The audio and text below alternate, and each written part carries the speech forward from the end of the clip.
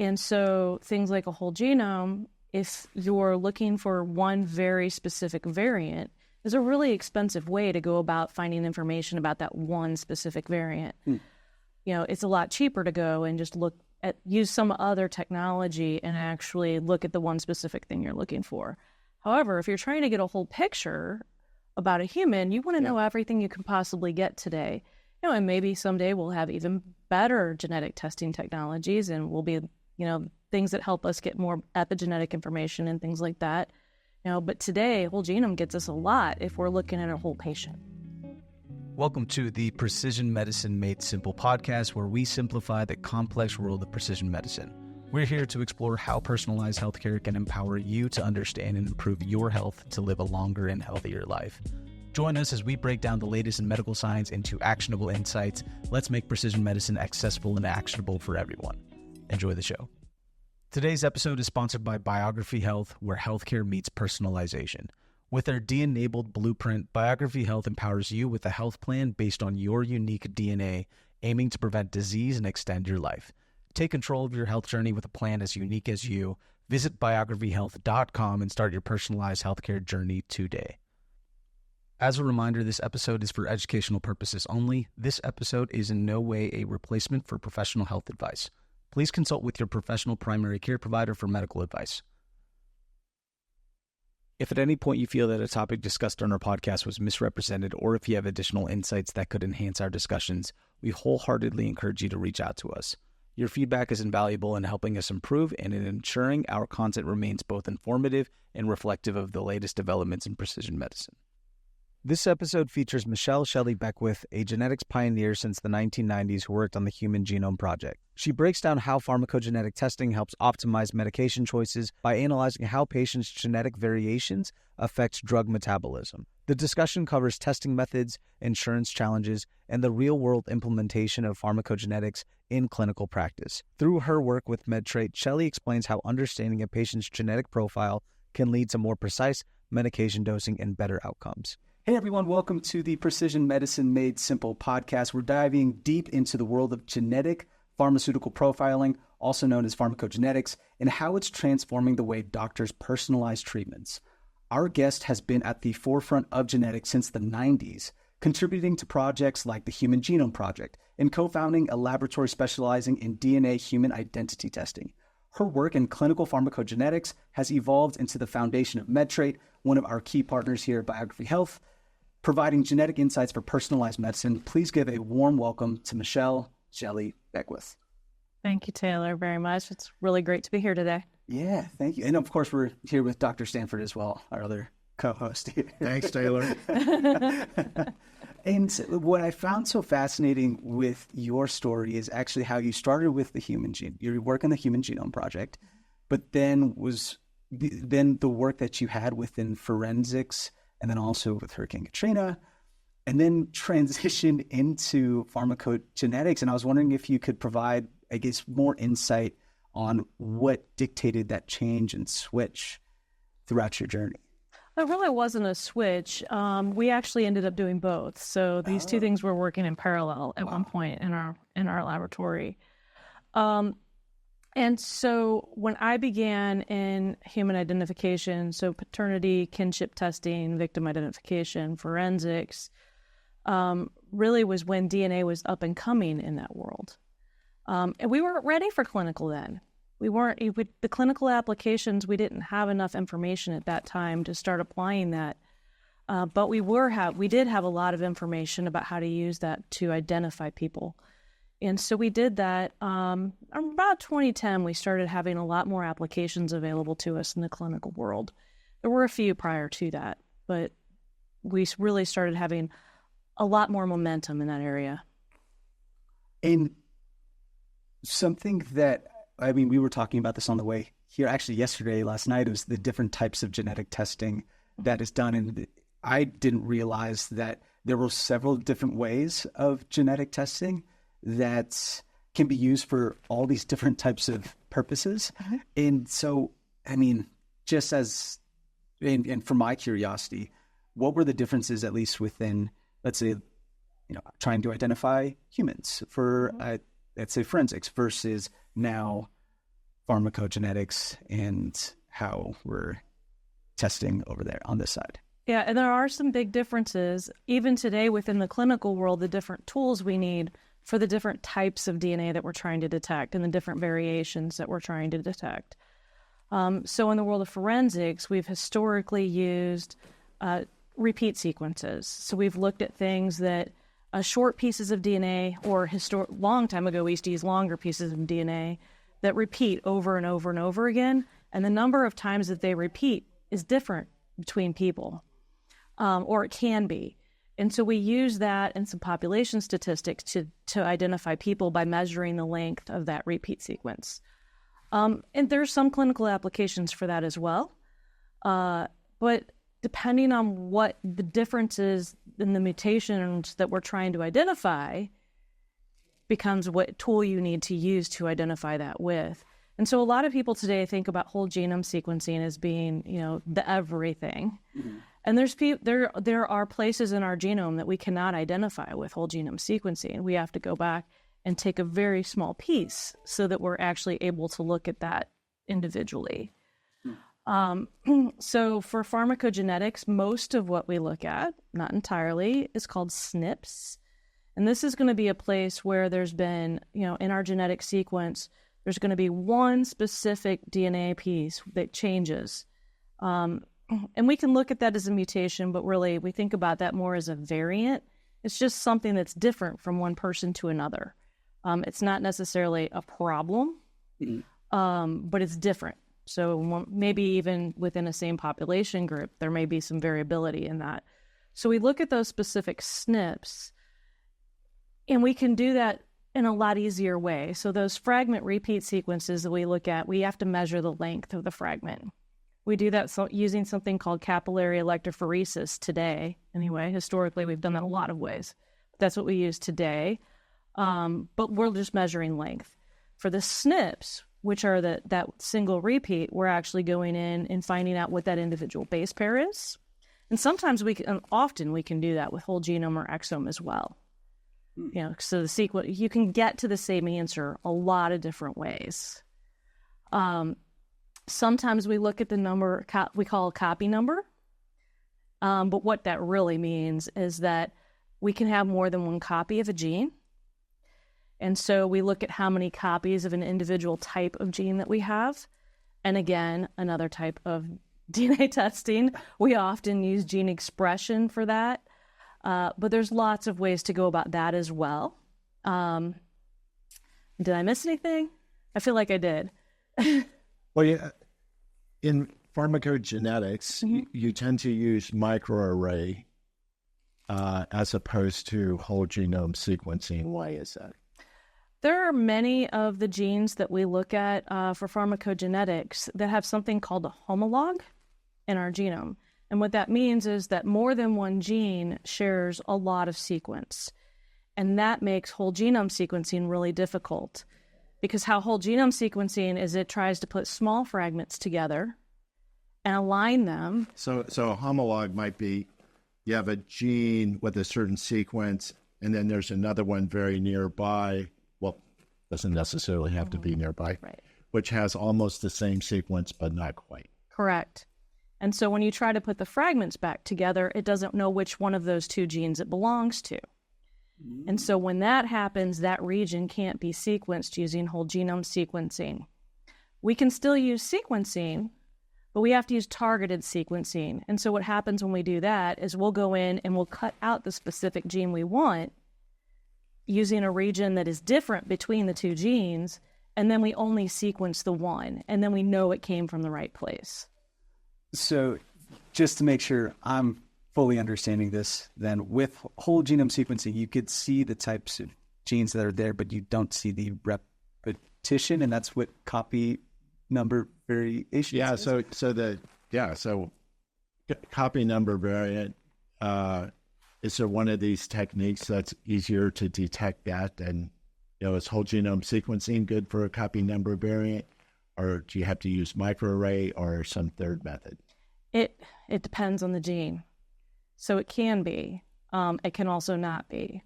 And so it's better if assays are developed very specifically if you're going to use whole genome to do copy number variations, especially if there's homologs involved. But if there's not, then copy number variation using whole genome is actually pretty easy. Okay. So it really depends on the characteristics of the individual gene, and even sometimes within the gene, the specific region that you care about.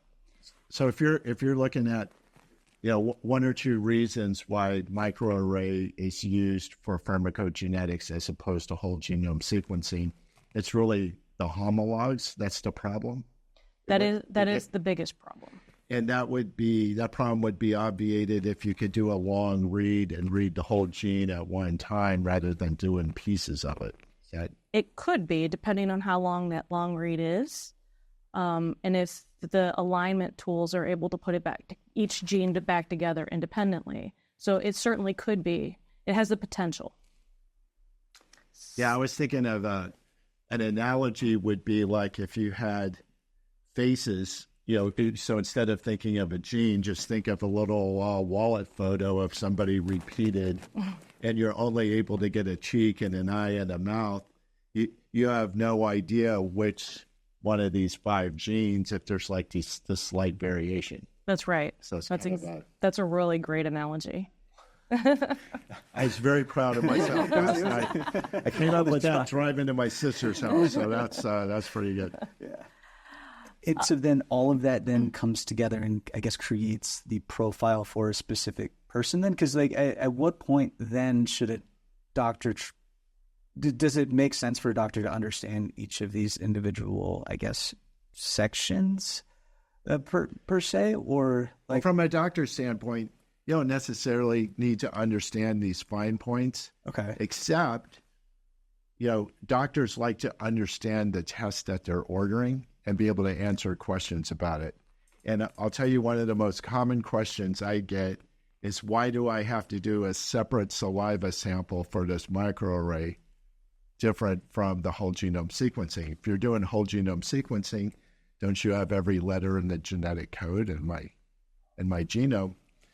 And, the answer is, it's not perfect. and we need perfect, So exactly. So if you're making decisions about dosing and exposing or not exposing patients to a medication and side effects, you want to have a very, very high degree of certainty, or certainly the regulatory bodies like the FDA want you to have a very high degree of certainty. So the bar is high. And so we have to use the very best method. And so Biography Health, when we do our battery of tests, that's why we have to do 2 different tests, because the whole genome sequencing is really good for the vast majority, but for pharmacogenetics, we need to do a microarray. Now, this could be such. Well, actually, go for it.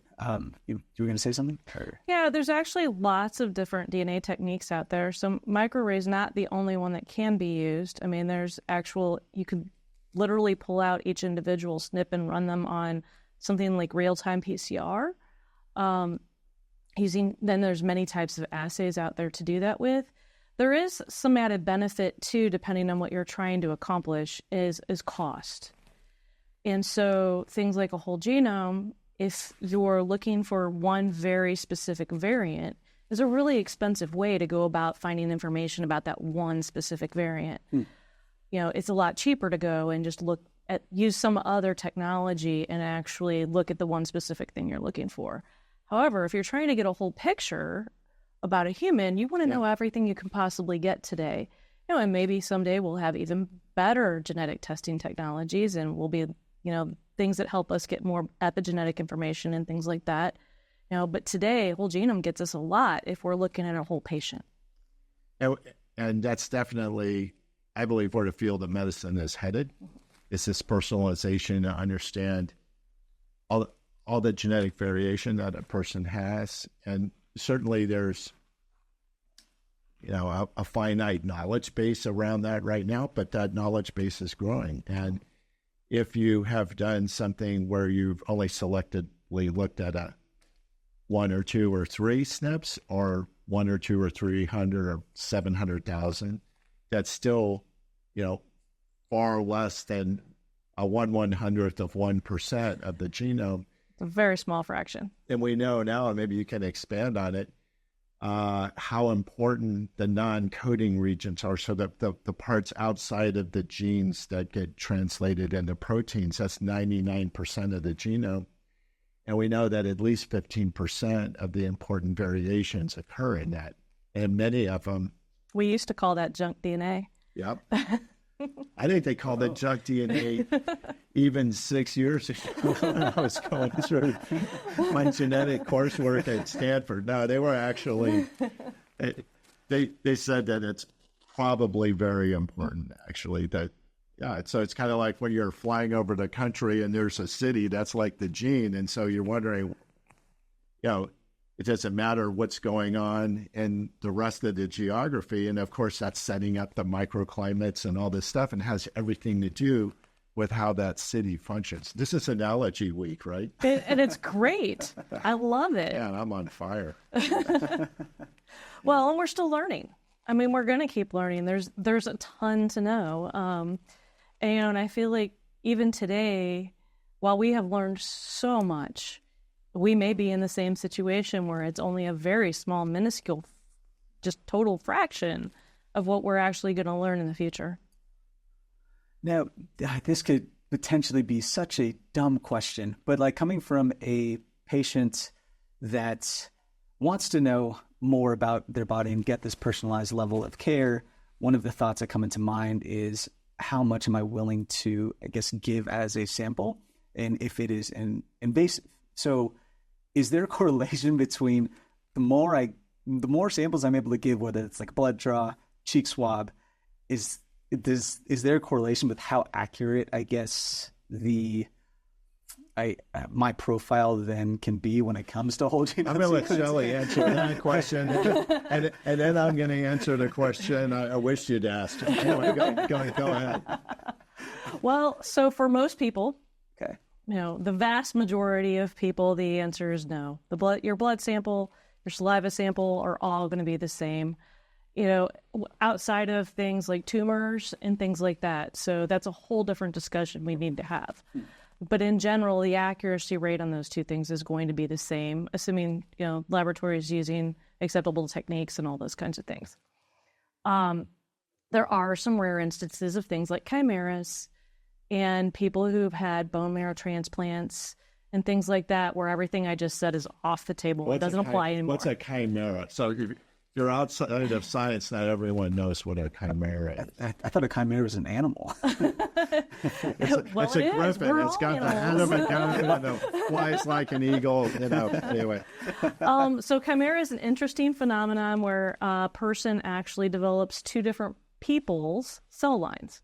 And so they're actually literally two people combined into one. Now, this often, and there's some other causes, but often happens a result of when one twin doesn't survive and another does, and the other twin absorbs their cell line, and then that person grows as two people. I did not know that happened. Mm-hmm. Wow. It doesn't happen very often. I'm going to let that sink in. Yeah, no, that's interesting. But that's often the cause. But things like bone marrow transplants and a few other types of medical treatments like that can cause similar things, which is, we actually see more of those in the population because that happens more frequently. So that's, those are the kinds of situations where what you asked may not actually apply. They're very rare, but it does happen. Are there some pretty famous forensic cases where the person was chimeric and they swab one DNA, but the DNA left at the scene didn't match, kind of thing?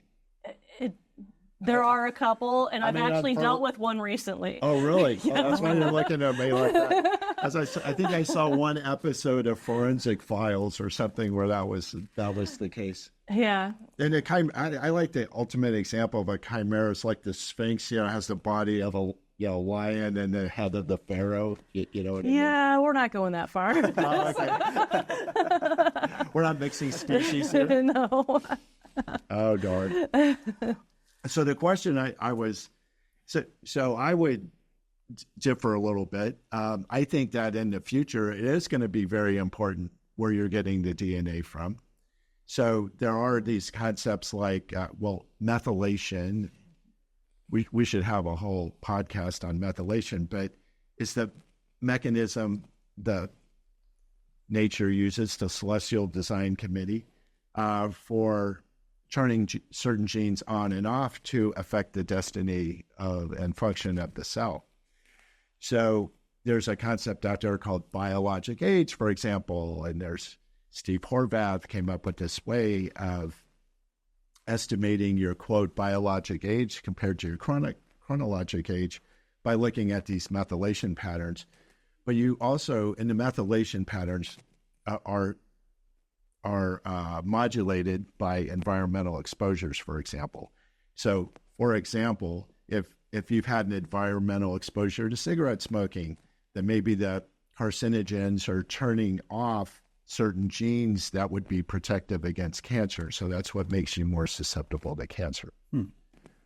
And so I think ultimately it's going to be, if there was some way they could figure out to do it, actually there probably is a way to figure out to do it, because in blood there's little pieces of DNA shed from different organs. So you could take, I guess in that case we would still be using blood, but you could look at the methylation pattern of different fragments that are associated with a particular kind of tissue and get an idea how that organ is aging. You understand? So, or how close you are potentially to developing cancer in a particular organ. And this may sound like something out of Star Trek. We're probably single-digit years away from that or less. It's really advancing. That field is advancing rapidly. Drinking from a fire hose, I think we are. We really are. Where I used to work at Texas Instruments, we would say that the technology curve right now is vertical, and really, we're just getting little drinks of it. But I think AI is going to be amazing in its ability to wrap this head.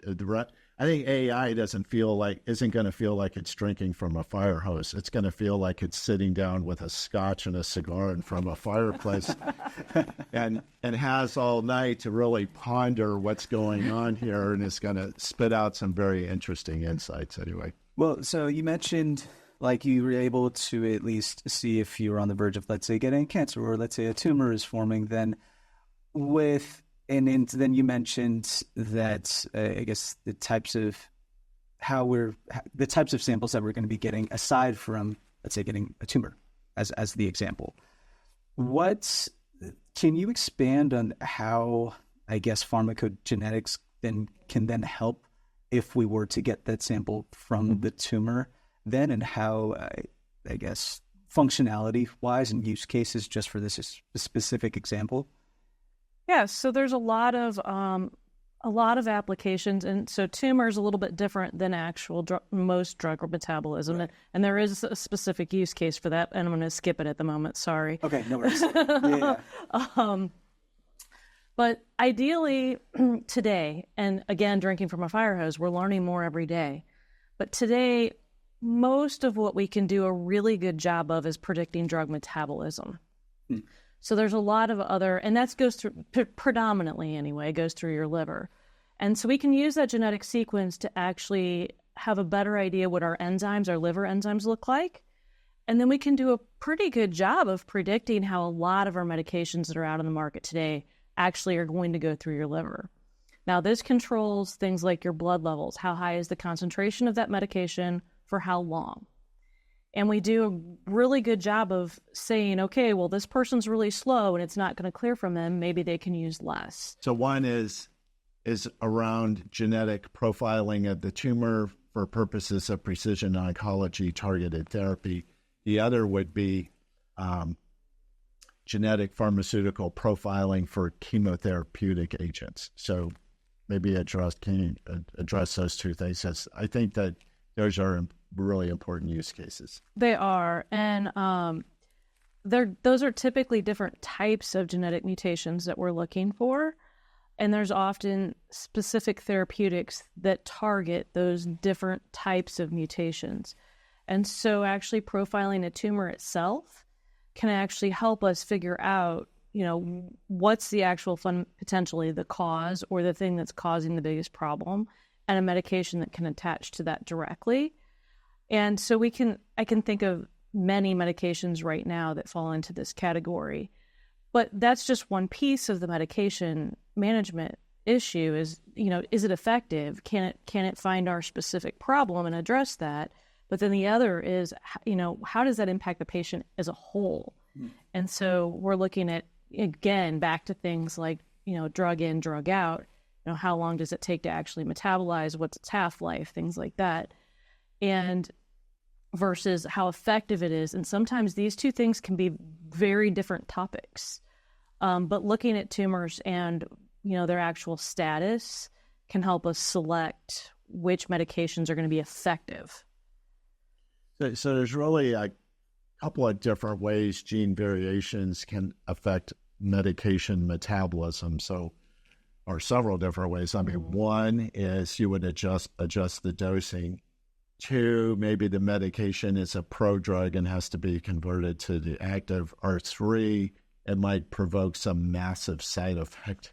So are there certain medications maybe you can discuss? I can't come up with them off the top of my head, but you can, that you have to do a genetic test before you can give it, or else you'll have some massive side effect, possibly have some massive side effect. The one that immediately comes to mind is one that doesn't work properly and we can't detect it. Massive side effects. Isn't there like one of the protease inhibitors for HIV that if you give it, it causes a big problem? It is, because it doesn't clear. I can't come up with it. I can't either. I'm thinking here. But you're correct. I know it exists. So let's switch over to, say, Plavix, for example, is a prodrug. It is. And it's one of the prodrugs where if the liver enzyme is not made in a way that actually helps that convert to its active status, we never actually get the benefit of it. And so codeine too. Right. I mean, there's actually quite a few drugs in this category. So I was talking to someone recently, a physician actually, that was a patient, and they were giving her, massive doses of opiates, and it wasn't doing anything, and she continued to have pain. And they switched her to a minimal dose of fentanyl, and because it was metabolized down a different pathway, she had instant relief with just a tiny dose. So that's an interesting use case. And then we can talk about how that pathway works if you want. Sure. I would love to know that as well. Yeah. So many of our opiates are actually converted from their in pill format anyway. So we're talking hydrocodone, right? Things like that. Yeah. Are actually administered. They're inactive or close. You start getting into oxycodone. That's not quite as true, but still, the primary drug isn't very active. And so once it goes through CYP2D6, which is a very specific one of our liver enzymes, it actually converts it to an active morphine type-like substance, and that becomes active. Now, if that pathway doesn't work properly, you never actually convert to that more active metabolite, which is what we're looking for our body to regulate how quickly that happens. So if a person doesn't convert that, it's actually what you just described, no pain relief whatsoever. And what's really unfortunate about that is the patient's still exposed to all the possible side effects of the prodrug, with having zero hope for the benefit of the active form. And I had this discussion with Dr. Scholes, who's a precision medicine aficionado like myself, and he was way ahead of the curve on introducing pharmacogenetics. He did his entire panel of patients pharmacogenetics, I want to say like 6 years ago. So he's a real leader in the field. And so he has lots of anecdotal stories. One of them was a patient that it was taking proton pump inhibitors for gastric ulcers, but was a rapid metabolizer, and even taking 20 milligrams twice a day, didn't touch it.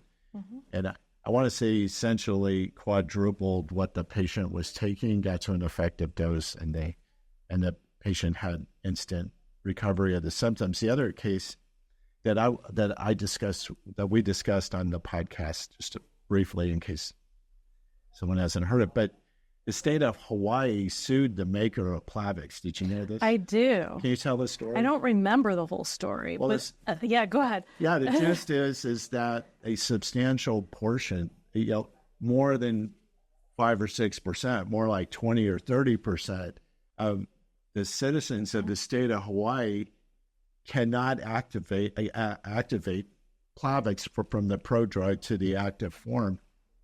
Yet this pharmaceutical company knew that and sold this drug that was required as a post-interventional cardiology type medication. It used to be the standard of care before there was a lot of different platelet inhibitors. But so they exposed millions of people to the drug with knowing a priori there was zero chance that the patient would derive a benefit from it. And this is, so back to population statistics, this is where this is fundamentally an issue. And there's been similar issues in Asia as well with Plavix. But a lot of the Asian population has a lot higher incidence of a specific C19 allele. So CYP2C19 is a specific liver enzyme. It's the one that converts Plavix. But the rate that you find this non-functional allele in the Asian population is much higher than the rest of the population in the world. And so, we run into that with allopurinol. I mean, there's other medications. We've got the same situation. And it's not just in the Asian population. We have different problems in the Black population as we do in the Caucasian population, as we do in the Hispanic population. This is a well-known fact in the Asian population. Do I have C19? Do you know? I don't recall. Well, you have a C19. Well, the beautiful thing I don't know what it looks like. But so the beautiful thing is MedTrait, who's the company that we use for pharmacogenetics, we have a beautiful, and we have their external app embedded into the Biography Health platform. So if you're a doctor or I don't think the patients are going to have this capability because the FDA doesn't want them to have that capability. But we can go in and number one, it's just going to list out all your star alleles, these so-called variants. And but also there's a handy-dandy little thing where like within, I'll say 15 seconds, we open you up on the app, click on pharmacogenetics, type in Plavix, and it's going to tell us right away whether that's a medication you should be using and why. And if you're a poor metabolizer, I guess, I still call it CYP2C. Well, that's because that's correct. I know all the people in the pharmacogenetics, they call it SIP. I can't get myself to do that. So anyway. You don't have to say it enough times in the same day. That's what'll get you there. And the reason why is because in medical school, we're taught about the cytochrome P450. So it's the cytochrome P450 set of enzymes that do this metabolism. So I can't get SIP out of cytochrome P450. I don't know. It just... Anywho, that's more information. You'll edit that out. Staying in. So the beautiful thing is in the medicine of the future, and the future is now, it's just not evenly distributed. We're going to be able to answer that question like that. And for those reasons, I don't memorize what everyone's of my 200 patients, what their profile is for that. But some of them. Our market, back to Dr. Scholes, and you can comment on this particular use case, and also speak to the value proposition of pharmacogenetics, is patients that are hospitalized with heart failure, what's the very first drug they usually give are beta blockers. And there's the CYP2D6.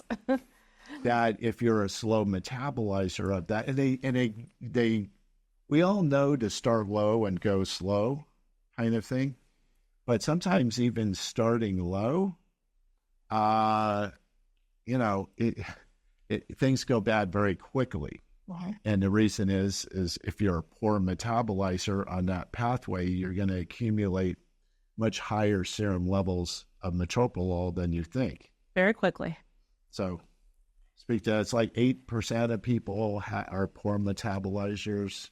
Obviously. Well, if you look at the broad population, it's actually much lower than that. It's more like 3%-ish. But intermediate metabolizers, I mean, which is also a wide range. I mean, it's down, an intermediate metabolizers all the way down to almost no active CYP2D6 into moderately active.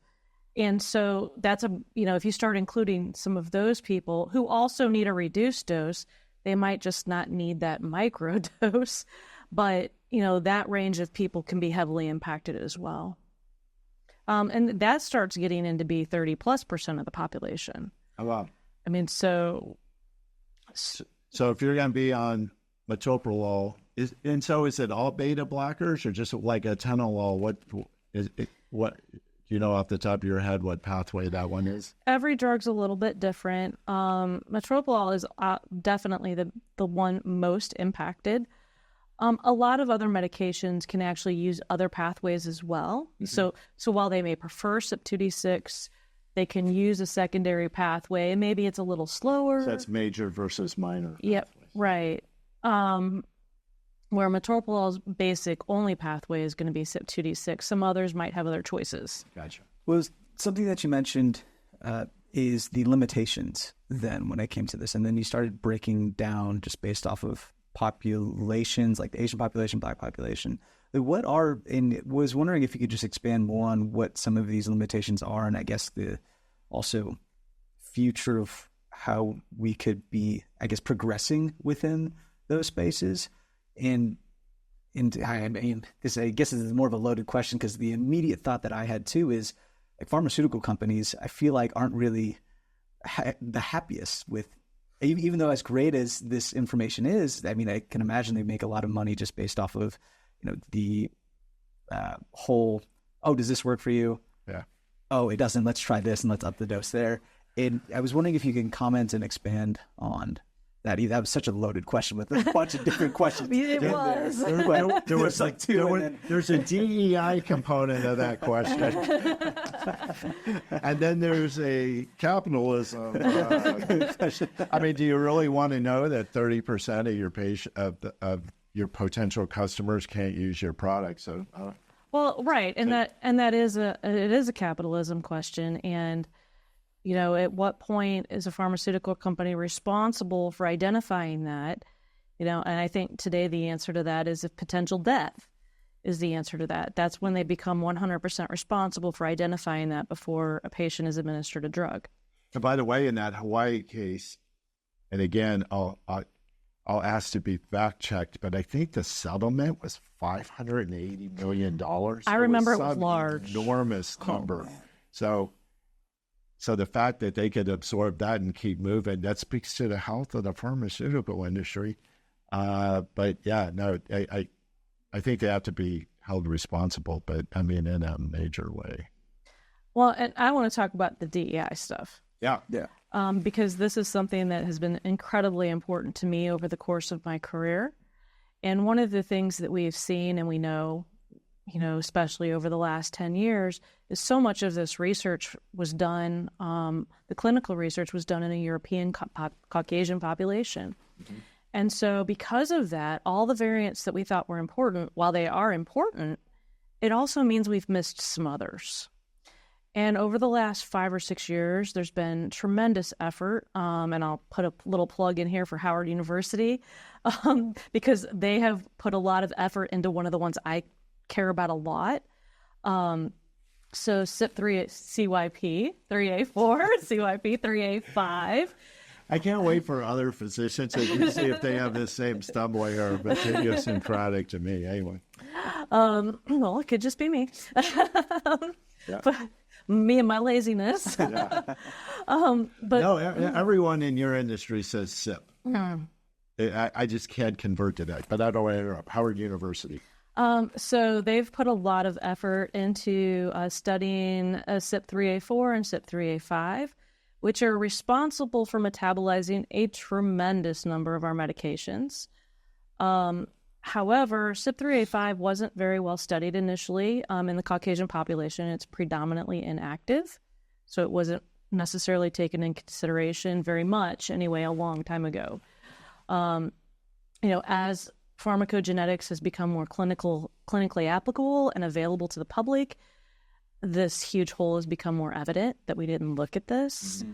And because of some of these types of things, we have a much more difficult time today predicting CYP3A4 and A5 enzyme status, which is why you don't see very much today interpreted on a test for these enzymes, which is a critical pathway for many of our medications.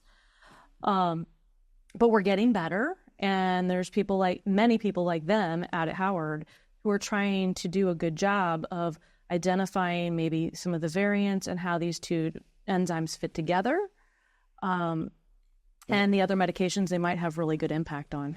And maybe speak to the All of Us project, Jeffrey Ginsburg out of National Institute of Health. So that's going to address some of this. So what do you know about that? Other than we have some grant funding coming down the pipe for it, and there's a lot of plans that are not quite concrete yet, but they're trying, and we're trying to get to a situation and determine what's logical for all of us to be tested for, and not necessarily, how do we do this most cost effectively? How do we get the most information for the least amount of money? Right. And do you happen to know, or are they doing, I think they're doing whole exome, is that right? Or are they doing whole genome? I don't know what they're doing currently. And they're returning, I think they initially wanted to return some pharmacogenetic information, plus maybe some ACMG 83 or whatever it's up to now. 78, I think, but I don't know. Okay. I had to go look. It changes. Inflation's terrible, So. Anyway, so, that should rectify some of it. And some of these, as the wealth gap is closing between the U.S. and Western countries in Europe and places like India and China, they're quickly amassing their own genetic databases. So this situation should resolve itself, but it has been quickly. There needs to be pretty heavy focus because there's value in this, and so one of the things we're all trying to do here is improve the health of the citizens of the world, so to speak. And in order to do that, there has to be a value property. There has to be incentive for people to go out and do this extra genetic profiling to affect better outcomes and improve the world health. I'm actually seeing some of those, the population statistics and databases that have been generated. And I saw the same thing in forensics. So years ago, we developed all of our basic forensic databases, population databases for the United States, and then you start seeing the kind of the rest of the world follow. And I say that very generally because it's more than just us. There's another handful of countries as well.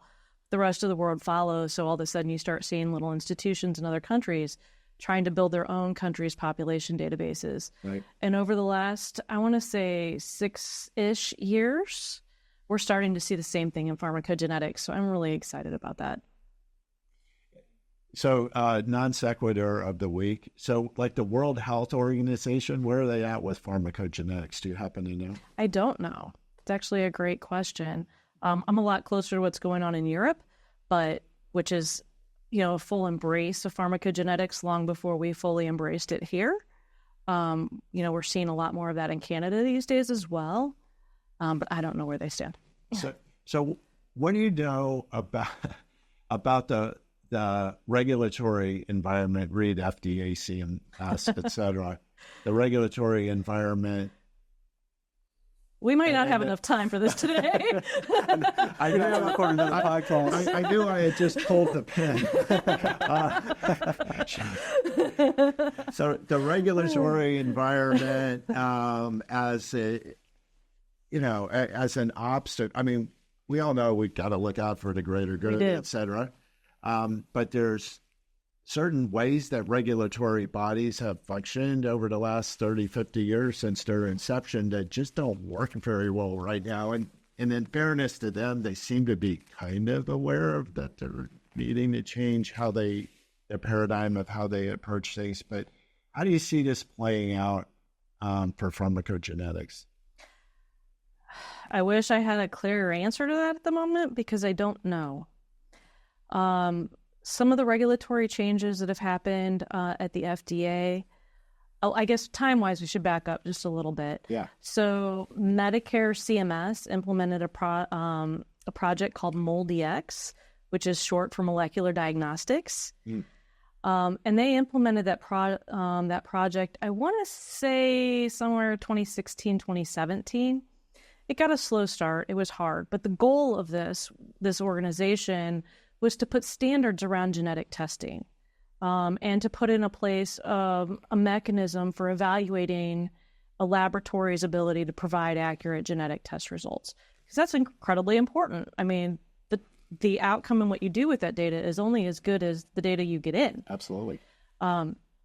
So their goal was that it ultimately ended up taking till about 2021-ish before there was a really good infrastructure in place to actually evaluate laboratories and their test results and their methods for actually providing that genomic information. Now, participation in this organization is voluntary. For any laboratory, it's mandatory if you want to provide testing for Medicare or Medicaid. And today, I think United Healthcare. And as more insurance companies join, it will become more mandatory that you've enrolled with MolDX and they've evaluated your tests. There's also a couple of other agencies out there that have helped do that. New York was the absolute leader, the New York Department of Health. That's why whenever you're going to do a genetic test, it always asks, do you live in New York? Well, that's actually a different problem. So in order to provide any type of laboratory or any type of laboratory test, so even like a parentage test, so any type of laboratory test in New York, the New York Department of Health actually has to accredit the laboratory and all of the people involved before you're allowed to provide services to a New York State resident. Now, that seems pretty smart. I mean, it's kind of surprising the other 49 states don't do that, but I don't know. I mean, obviously, it would be best if you just did it at the federal level and everyone adopted that. Well, that's the goal of CLIA. I mean, so CLIA is the laboratory evaluation body at CMS, and you have to, in order to be a clinical laboratory, you have to have a CLIA. It's compliance. But that's not enough for New York. It's definitely not enough for New York. You can get accreditation, so private accreditation on top of your CLIA registration, which is a whole nother layer of compliance and quality standards. And then New York is kind of sitting up here on top of them. So you kind of got CLIA down here, an accreditation agency here, and then New York sitting on top. And New York was one of the first governmental agencies to be able to provide really good support for the genetic testing community. But they were also involved in genomics long before clinical testing genomics came along, in the form of laboratory-developed tests anyway. But New York has been involved in forensics and human identity testing forever. And so they've got a good background in genomics that they've been working in tooling for the last 25 years. And so they've been fantastic in providing some help and some guidance to the FDA as they've moved forward. I'm not sure how involved they were in what was going on at CMS and the MolDX program, but MolDX they've gotten to a place where we have really good infrastructure now. But then behind this infrastructure coming online, the FDA is going to, or has changed the way that all laboratory developed testing is going to be made available over the next 4 years. And so this is going to have huge impact on much more than just genomics. But the impact of genomics is huge because genomics is changing rapidly. And so, and probably not everybody knows what laboratory developed testing is, but there's levels at the FDA of things that have to go through clearance or approval. We have a new pathway called de novo that's been around for maybe 8 or 10 years, which is it is a clearance pathway, but it is for more novel and unique type things where there hasn't already necessarily been someone who's gotten that type of mechanism approved before. And so we're ending up in a situation now where the FDA has decided that all laboratory developed tests, which had been previously monitored by CMS and CLIA, and any accreditation body or New York or all of the above. So in my laboratory, it was all of the above, which it's a lot of accreditations to manage. But they were managed by that, and MolDX, the new organization at CMS. But the FDA has decided, as of May of this year, that all laboratory-developed tests will need to have FDA clearance or approval. And so that sounds like a bureaucratic nightmare. It's a large burden. Or a large burden. It's a very large burden. The paperwork associated. So within CLIA and in CAP, which is one of the larger accrediting bodies for clinical laboratories, the paperwork burden is high.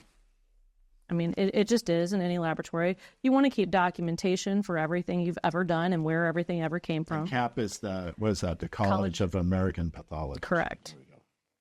But the paperwork burden in particular in genomics is pretty high. There's a lot to keep track of. In a laboratory developed test, you're often sourcing things and from multiple different types of agencies, and you're building your own test. So we'll say a little prayer for anyone that has to go through that process over the next week. Can I back it up to a real quick, 2 quick general questions? Oh, I have 2 quick. Yeah, you go. The first one is, what percentage of people do you think have had pharmacogenetic testing? Oh, I can't even take a guess, but it's not nearly enough. What do you think? It's a fraction of 1%, 1%, or 10%? It's going to be closer to a fraction of a percent.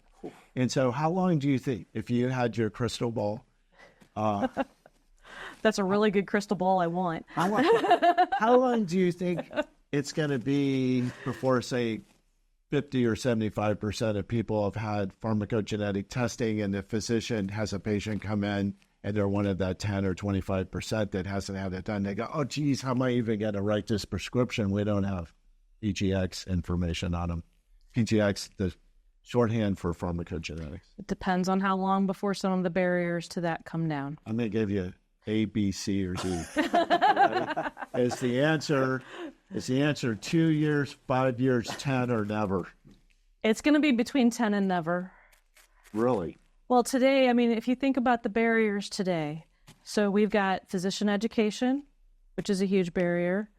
We have prescribing and how our prescribing is currently done. So today, I mean, a lot of these types of checks are being done at a pharmacy level, but that causes this feedback loop with the physician to have to re-prescribe. But I see some pretty upset patients at times. They go, my doctor never even checked me for for that. And so isn't litigation and malpractice awards, isn't that probably going to push things along, or not necessarily? I would say, given that it hasn't happened yet, I would say not necessarily. Okay, easier question. Difference between pharmacogenetics and pharmacogenomics. There isn't one for all sakes and purposes. So usually, so someone asked me the other day the difference between genetics and genomics, and genetics refers to like the potential variations of a particular gene, where and we talked about how genes are only 1% of the genome, and these other parts of the junk DNA, which we now know are very important, and regulating gene expression and the like. Yeah, so I don't know. The other day I said pharmacogenomics, and someone corrected me and said, no, it's pharmacogenetics because they're just looking at the genes. Well, and while there is some truth to that, but at the end of the day, they're used interchangeably within the community. Got it. Okay, so good to know. Well, so now taking a step back here and considering all the different burdens that there are, and with, let's say, using somebody like Dr. Scholes that have physicians directly reached out to y'all then to try and implement this for the patients, like how, and forgive my ignorance here, but I mean, are they going through all these different types of hoops just to be able to have the physician be able to use this type of information for their patients? Yes. And I mean, so we only talked about a couple of the barriers here. Right. So the next biggest barrier is insurance and coverage for testing. And some of that comes down to whether or not the test is deemed medically necessary, and that really takes a huge physician push. Yeah, and one of the things that affects is that, I mean, it's pretty clear. I don't think it takes Albert Einstein to realize you would want this information on every patient to give them the best possible outcome. Unfortunately, the insurance industry wants you to be answering a specific question. So they want you to ask the specific question, does this patient have the gene to activate Plavix? And they might pay for that. Right, okay. But they're not going to pay to have even though it only costs 5 cents more, we'll say, to give the whole list, they don't, if you order the entire panel, they go, we don't do that. If you say, we just need the CYP2C19 to see whether or not we can give this patient Plavix, they'll go, okay, you can do that. And that's a barrier in the laboratory because, like he said, I mean, it doesn't cost any more often to get the whole thing than it does one piece. And at that point, But it just shows the nonsensical kind of scenarios with the way reimbursement is in what I like to call the break and fix system. And, right. And then the practice of medicine then is skewed around this really nonsensical way of ordering tests and whatnot. Right. So paying for C19 may not cover the whole panel to be run. But interesting. Yeah. So. And that's why the insurance would have to be more specific, or they want to be more specific to even try and justify actually getting the test. They want you to order the test to answer one simple question. One specific question. If you go, I want that piece of information to answer that question, and along with the rest of the information that's gotten in the course of getting that information to inform future care, they go, we don't do that. We don't do preventive medicine.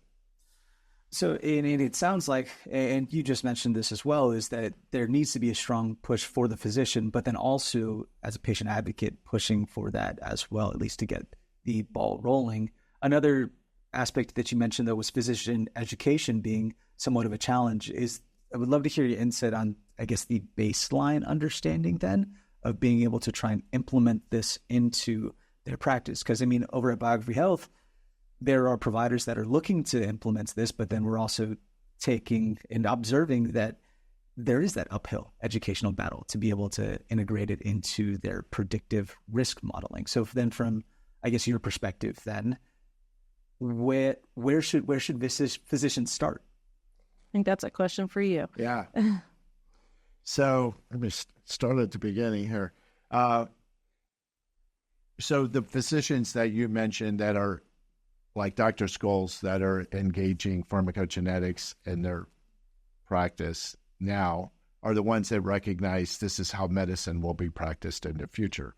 Okay. So we have a selection bias of doctors we're exposed to at Biography Health and for me at the Beverly Hills Institute for Precision Medicine, because there's a bias toward doctors that have knowledge that this is out there and that this would be important. And also many of the doctors that refer to me are in cash practices, so-called concierge practices, where they need to distinguish themselves by prosecuting, so to speak, executing the highest level of care, which is a completely different question than when the practice of medicine is applied at the population level. So it's two different issues. And I'm introducing a whole new can of worms there. But the fact of the matter is that doctors like to understand how if they're ordering an MRI, they like to know what's involved in getting an MRI and a little bit of the science around it. And they need to know the benefits and limitations of the test.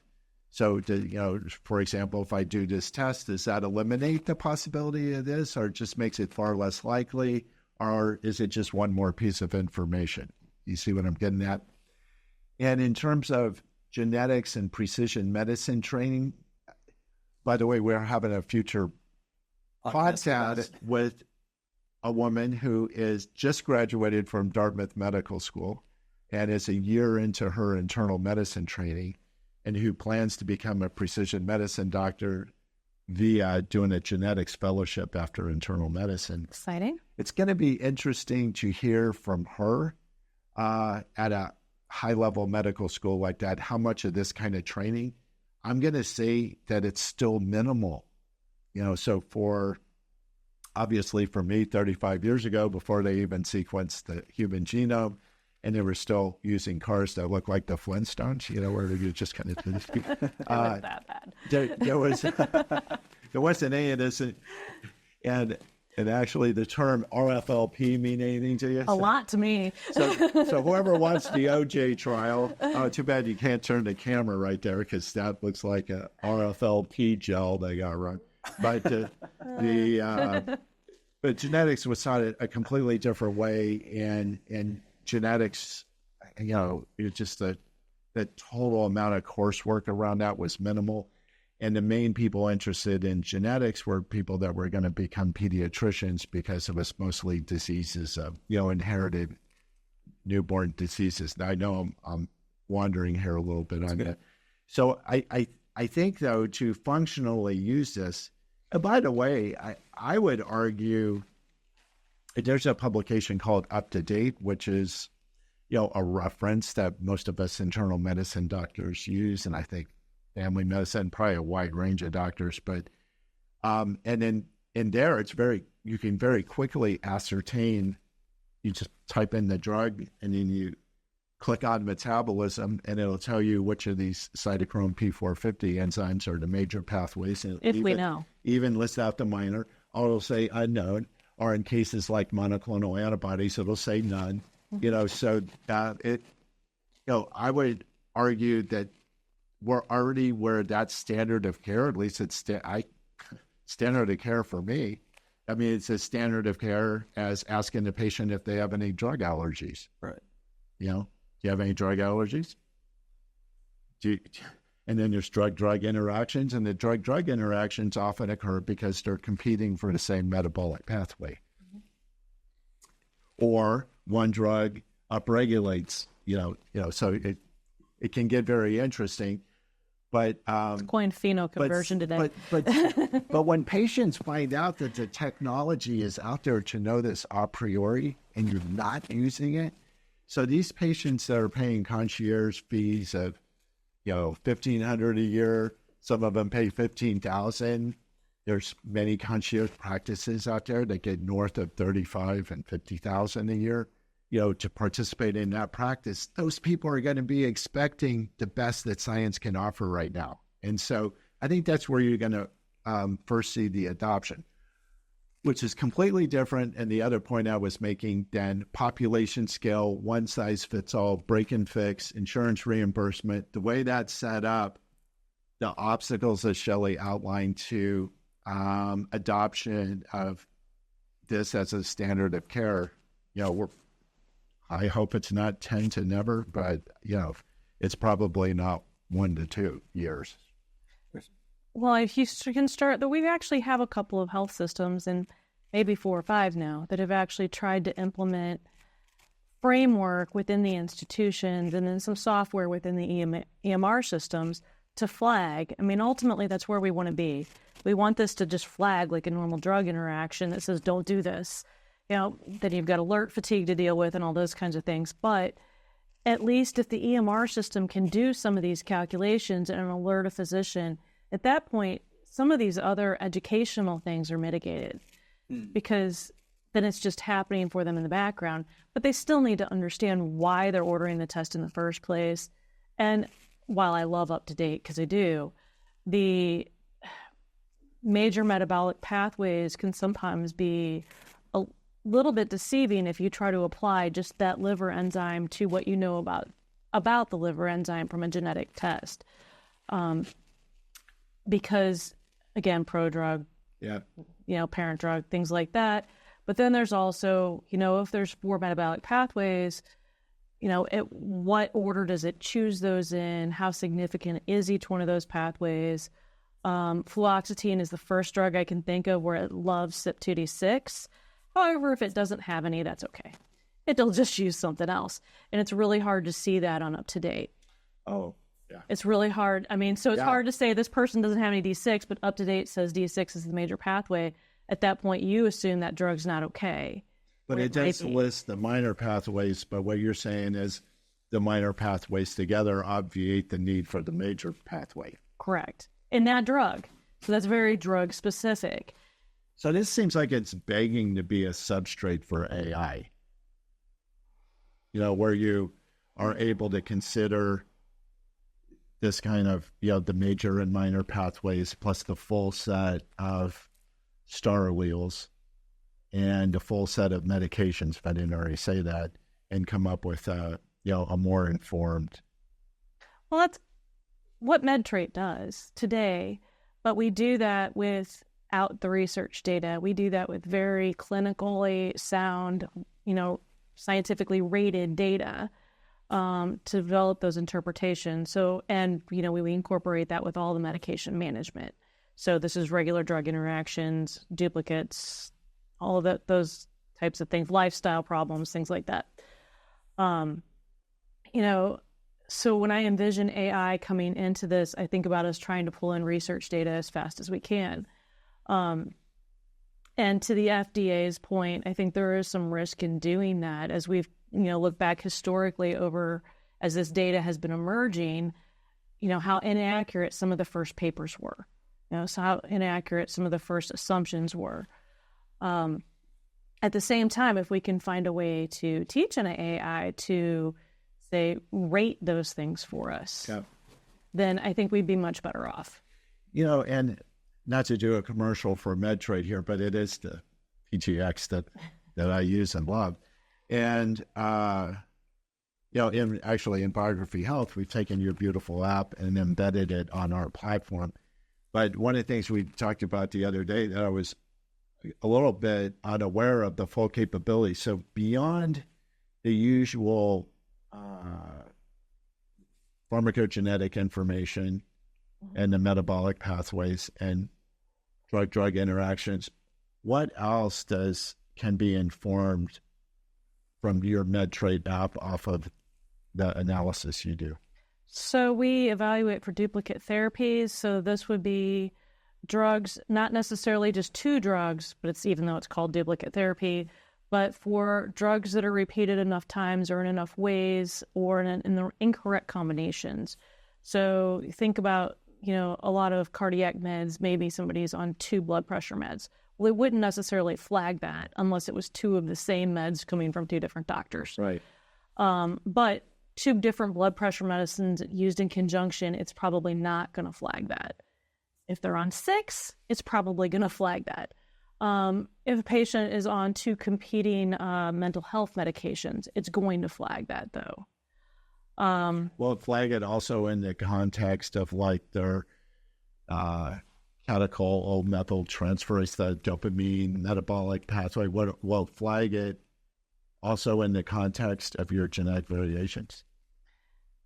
I guess I'm not totally following the question, but what you're saying, 2 drugs that may have antagonistic effects on each other is really your point. There's another freedom, what they call it, degree of freedom there, and that is how the pharmacogenetic variants then play into both of those drugs. But I don't know. The main thing you're flagging is that these are antagonistic. Correct. And then we also do look at the phenoconversion. And what this is you referred to I earlier. saw that word the other day. Yeah. And what's it mean? Historically, in my world, we call this induction and inhibition. Oh, well, that I know. Well, it's phenoconversion. So now it's phenoconversion. I knew I woke up this morning for a reason. Okay. But we have been working on a module within MedTrait for several years that is not quite complete. The knowledge base for it isn't quite complete because the level we're kind of at the level right now for phenoconversion, induction, inhibition, where we were. Why don't they just say induction inhibition? I'm with you. I'm sounding like an old man now. Get off my yard and stop saying But 10 years ago, where we were with pharmacogenetics and kind of the state of that information, we were, there wasn't an organization around it. There wasn't much infrastructure around how it was being collected and curated. That's kind of where we are right now with that. My favorite example is the fluoxetine example that we just brought up a minute ago, because it is an incredible D6 hog. It loves D6, and it will inhibit that pathway, which means it actually makes that D6 enzyme look like a poor metabolizer to any other drug in the system. And so that interaction... so it's a phenoconverter. New term. Noun.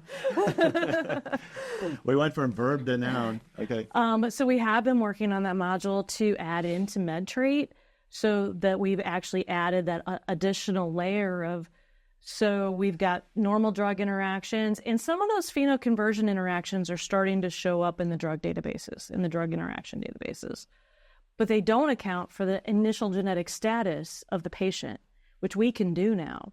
So we can say, okay, this patient was, initially in an intermediate metabolizer, and now we've got, say, a moderate D6, inhibitor. This person just became a PM, where a PM's a poor metabolizer, where a normal person maybe wouldn't have went that far. And so we're starting to be able to look at some of those nuances within MedTrait as well. So if people want to learn more about MedTrait, then what's the best way that they can reach out to you? And also to you directly, Shelly, if they want to. So Dr. Scholes gave his cell phone. As I'm just setting the bar for you. That's a pretty high bar. He did. Call me anytime. America. MedTrait.net has a contact form on it, as does is it trait.net as well, I think. It's traittech.net. So it's TRAITTECH.net as well. So there's contact forms both of those places.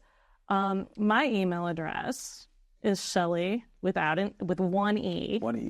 At ptclabs.com. Gotcha. Well, we appreciate you for hopping on to the show. Thank you so much for all the insights, perspectives. I know I learned something. It sounds like you also learned a lot as well. This is our best podcast yet, by far.